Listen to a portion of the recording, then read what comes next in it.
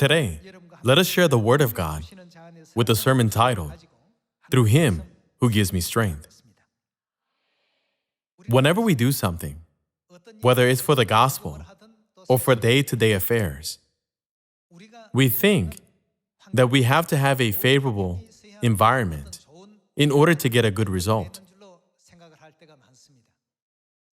However, when we consider the forefathers of faith, all of them walked the gospel path in difficult circumstances and environments. That is the history of our gospel.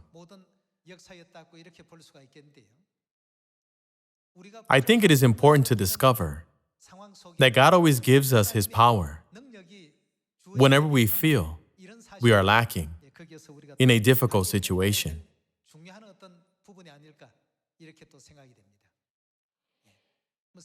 In world history, it's uncommon to find a hero or a great historical figure who came from favorable conditions, a good family, or a perfect environment.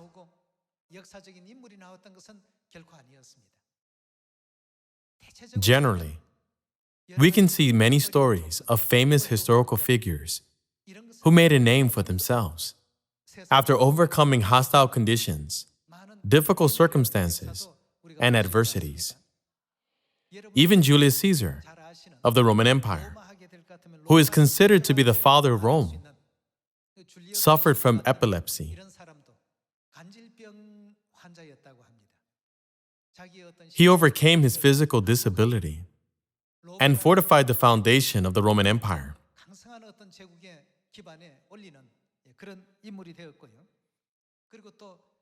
Even Augustus, one of the greatest Roman emperors, suffered from severe stomach ulcers all throughout his life. Many think people like that couldn't possibly have any difficulties or worries. However, all of them had impairments, deficiencies, and inadequacies, which they overcame.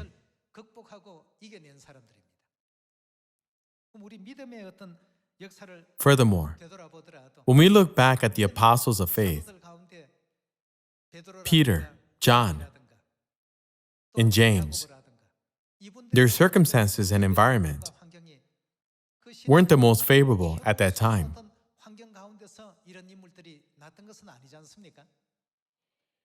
They weren't born into royalty. Instead, they were fishermen or tax collectors. However, weren't they able to meet Christ in these surroundings? And through Him, did they have hope for heaven and become great examples of faith? I can't do this because I didn't go to Harvard. I didn't graduate from Seoul National University, so I'm not talented enough. It's better not to talk this way. Though we didn't go to the best universities on this planet, such as Harvard or Seoul National University, who is teaching us the wisdom to rule over the universe? People from Harvard learn from other people, and people from Seoul National University also learn from other people how to live only on this earth. But what are we learning right now? Aren't we learning all the laws and ways to live in the world of a higher dimension, in the vast and immense universe?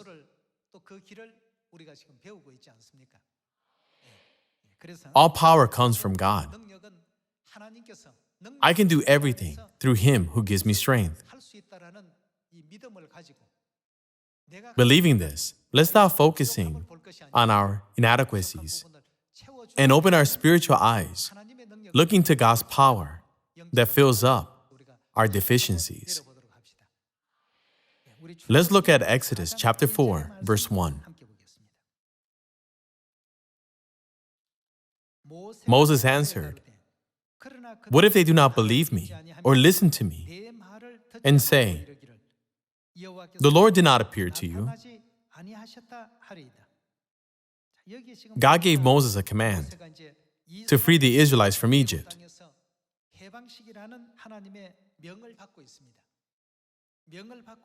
However, Moses thought he didn't have the power, strength, or ability to lead the people.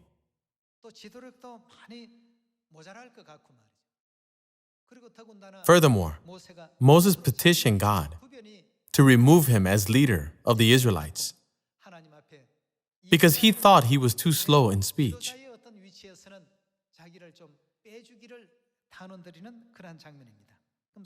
Let's look at chapter 3 to see what mission God gives to Moses. And then let's move on to chapter 4. Let's look at Exodus chapter 3, verse 9. And now, the cry of the Israelites has reached me, and I have seen the way the Egyptians are oppressing them. So now go. I am sending you to Pharaoh to bring my people, the Israelites, out of Egypt. God explained the reason why he called Moses. Verse 11. But Moses said to God, "Who am I that I should go to Pharaoh and bring the Israelites out of Egypt? How can a person like me carry out such an extraordinary work?" He presented his case before God, saying, "I am not a worthy vessel for such a tremendous work." Verse 12. And God said, "I will be with you. And this will be the sign to you that it is I who have sent you. When you have brought the people out of Egypt, you will worship God on this mountain." Once again, God gave Moses the command to go to the Israelites and guide them. And again, Moses objected. Chapter 4, verse 1. Moses answered, "What if they do not believe me or listen to me and say, 'What if the Israelites do not acknowledge me as their leader, even though you sent me to them? What if they don't acknowledge and recognize me as the one sent by God?'" Moses stated his concerns once more. "The Lord did not appear to you." Verse 2. Then the Lord said to him, "What is that in your hand?" "A staff," he replied. The Lord said, "Throw it on the ground." Moses threw it on the ground, and it became a snake, and he ran from it. Then the Lord said to him, "Reach out your hand and take it by the tail." So Moses reached out and took hold of the snake, and it turned back into a staff in his hand. God reassured Moses by saying, "When I send you, I will also give you the ability to complete this mission." God said, "I have granted this ability to you." Then he asked Moses, "What is that in your hand?" "A staff," he replied. The staff was just an ordinary tool. But since God asked Moses to use it, doesn't it mean that God gave him abilities? It is the proof that God gave him abilities. When children cannot do something, supposing you have a 6-year-old child, would you give your child the keys to your car and ask, "Could you drive to the market and get me some groceries?" Who would ask such a thing? Errands are only entrusted to those who are able to carry them out. When God entrusts us with a task, doesn't that mean He has already prepared everything for us to carry it out?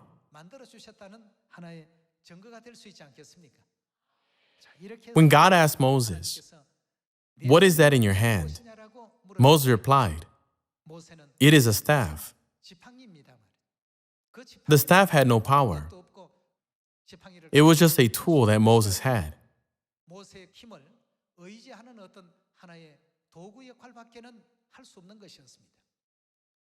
God said, throw it on the ground. And when Moses threw it on the ground, it turned into a snake.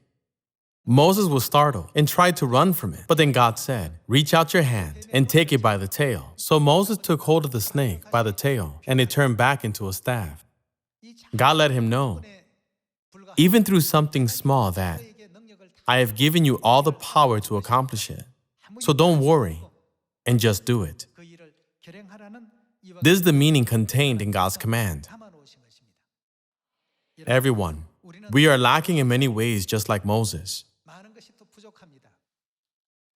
Moses was given a position of leadership and gained much wisdom from the Egyptian royal family.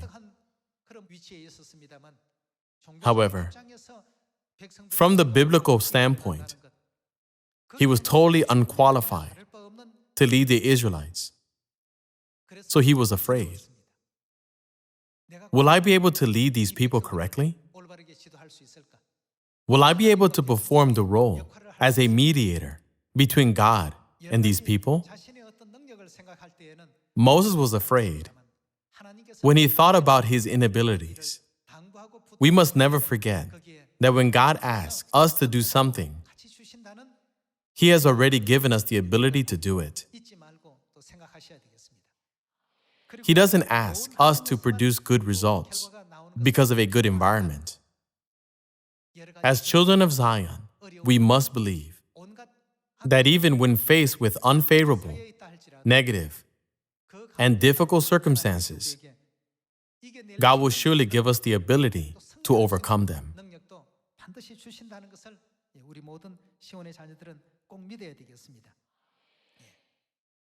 Let's look at Philippians chapter 4, verse 13. I can do everything through Him who gives me strength. Apostle Paul did not say this because of arrogance, but what he was saying was, even though I cannot do everything by myself, I can do everything through God who gives me strength and ability. It is the same for us. We can do everything through God who gives us ability. Everything is new and unfamiliar to me. I don't know where to go or what to do. What should I study with someone to lead their soul into the arms of God? If we depend on our own abilities, we have no choice but to fail. We don't have power like Moses. To Moses, it was just an ordinary staff. But from the moment God asked him, "What is that in your hand?" everything began to change by God's power. Likewise, when God chooses us to be vessels, everything seems to be difficult. Just like when Moses encountered the things he had never seen or experienced before. But what can we do through God who gives us strength? Since God is the one who is giving us ability, we can do everything. We must have faith in God. Please remember that the only way everything will be accomplished is by having faith in God. This is the destiny of the gospel. When God asks us, "What do you have?" we cannot say anything other than what we have.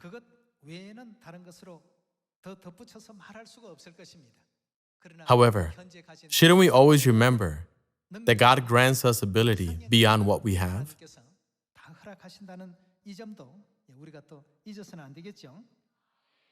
Let's look at Matthew chapter 28, verse 18. Then Jesus came to them and said, "All authority in heaven and on earth has been given to me. Therefore, go and make disciples of all nations, baptizing them in the name of the Father and of the Son and of the Holy Spirit, and teaching them to obey everything I have commanded you. And surely I am with you always to the very end of the age." Jesus said, "Go to all nations." When God commanded Moses to go to the Israelites, He had many reasons not to. He knew that he was lacking in many ways. He told God that he was slow in speech, among other weaknesses. But God said, "Don't you know that I chose you? I didn't choose you because of your abilities. I didn't choose you because of your leadership skills or eloquence. It is because of your passion and special faith for God in the center of your heart." God sees what people cannot see within themselves and chooses people based on what He sees in them. Sometimes God chose Peter, sometimes John, and sometimes Matthew. Doesn't God choose people and grant them positions and missions based on things that are invisible to the world but visible to God?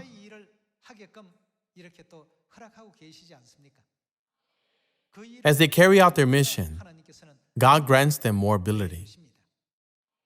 We are told to go to Samaria and to the ends of the earth to meet people of all nations.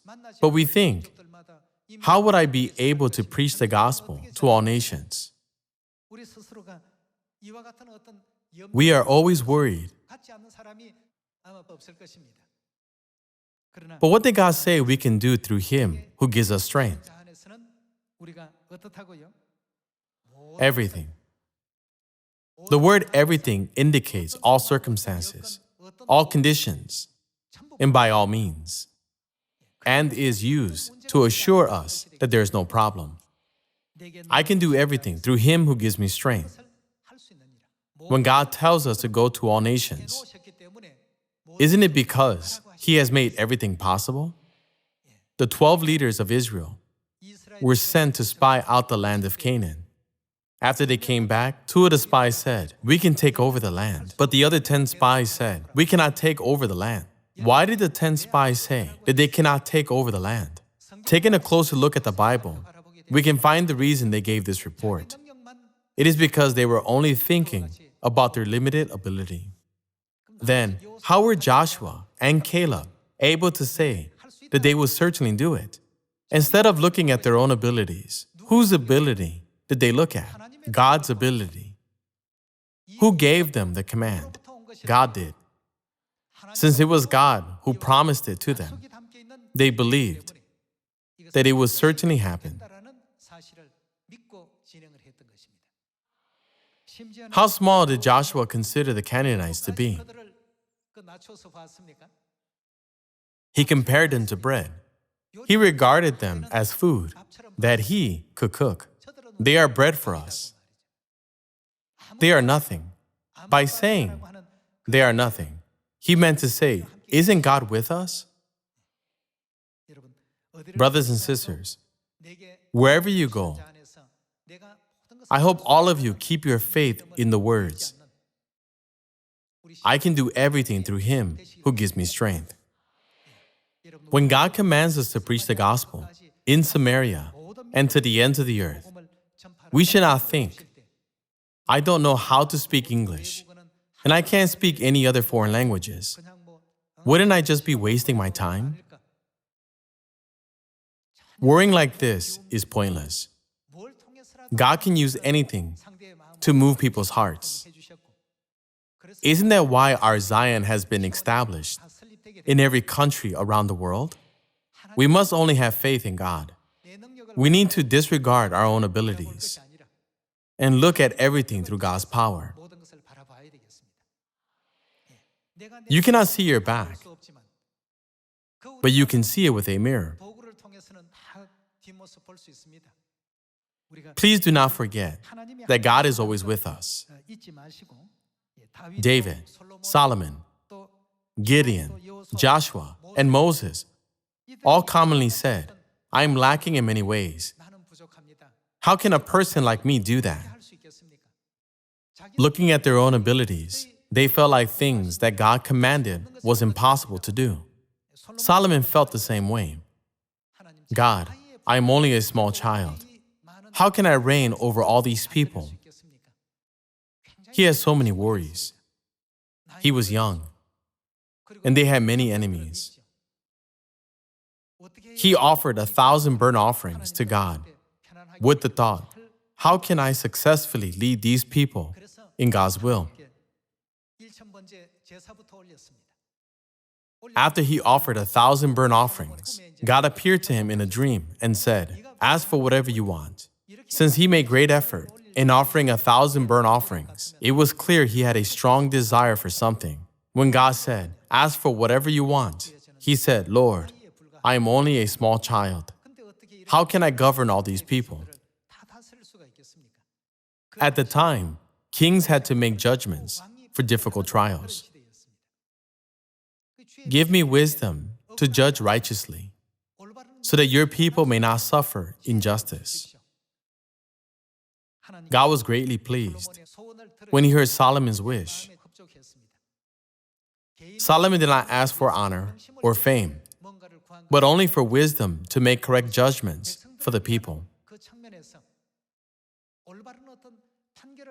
When Solomon asked for wisdom, so that no one would suffer injustice, God said, since you asked for wisdom, I will also give you wealth, riches, and honor.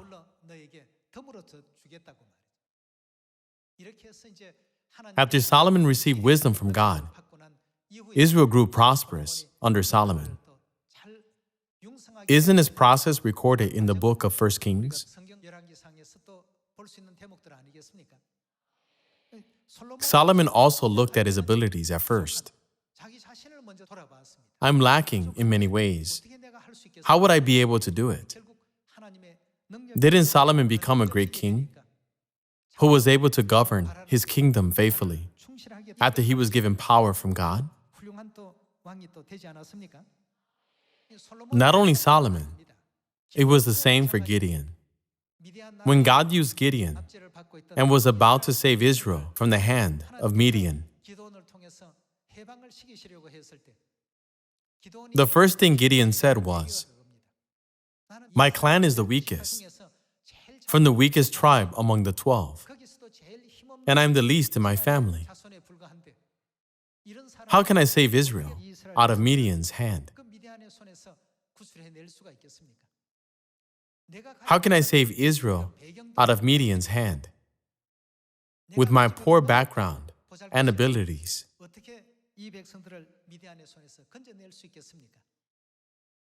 This is how most people would think.